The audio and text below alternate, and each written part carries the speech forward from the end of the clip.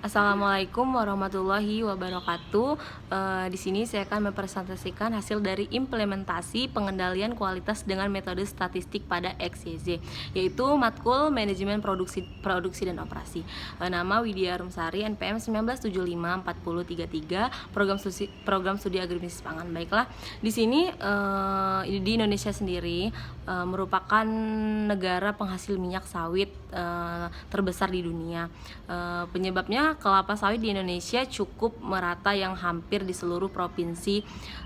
Salah satunya yaitu Provinsi Kalimantan Timur.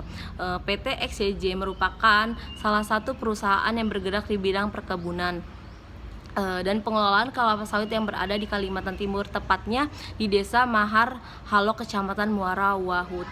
Metode penyelesaiannya masalah yang dapat digunakan untuk metode penyelesaian masalah yang dapat digunakan untuk menangani kecacatan pada produksi PT XYZ adalah metode statistik. Alat-alat yang digunakan adalah check set, diagram Pareto, control set, dan diagram sebab akibat FMEA. Tujuan dari penelitian ini adalah mengimplementasikan pengendalian kualitas dengan menggunakan metode statistik.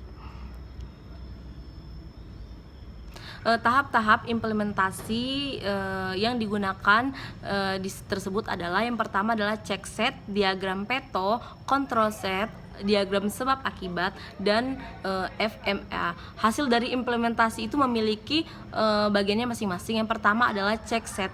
Selama ini PT XYZ merupakan pengguna check set, namun masih ada kekurangan dan penting untuk dilakukan penambahan.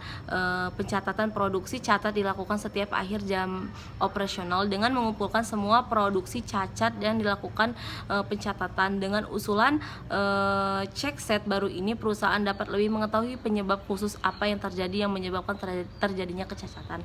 Yang kedua adalah diagram Pareto. Diagram ini menganalisis diagram yang dilakukan PT XYZ dapat mengetahui jenis kecacatan apa yang paling sering terjadi.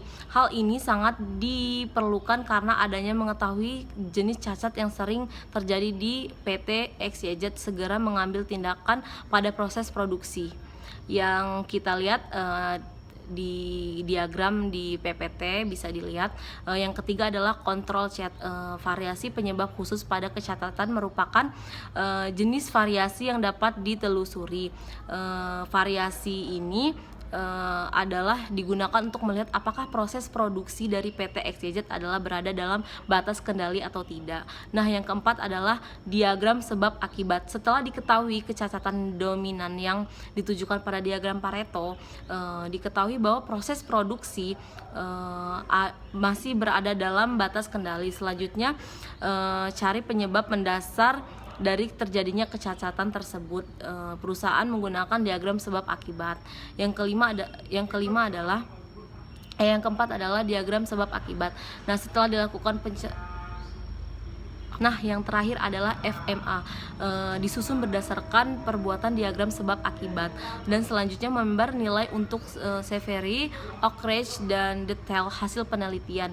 Nah, 3 faktor tersebut didapat di brainstorming dengan pihak perusahaan. Nilai RPN tertinggi merupakan prioritas untuk dilakukannya tindakan perbaikan terlebih dahulu. Nah, kesimpulan dari PT XYZ ini sendiri adalah memiliki metode statistik, maka rekomendasinya yang memberikan kepada perusahaan adalah A. Melakukan rotasi, yang B.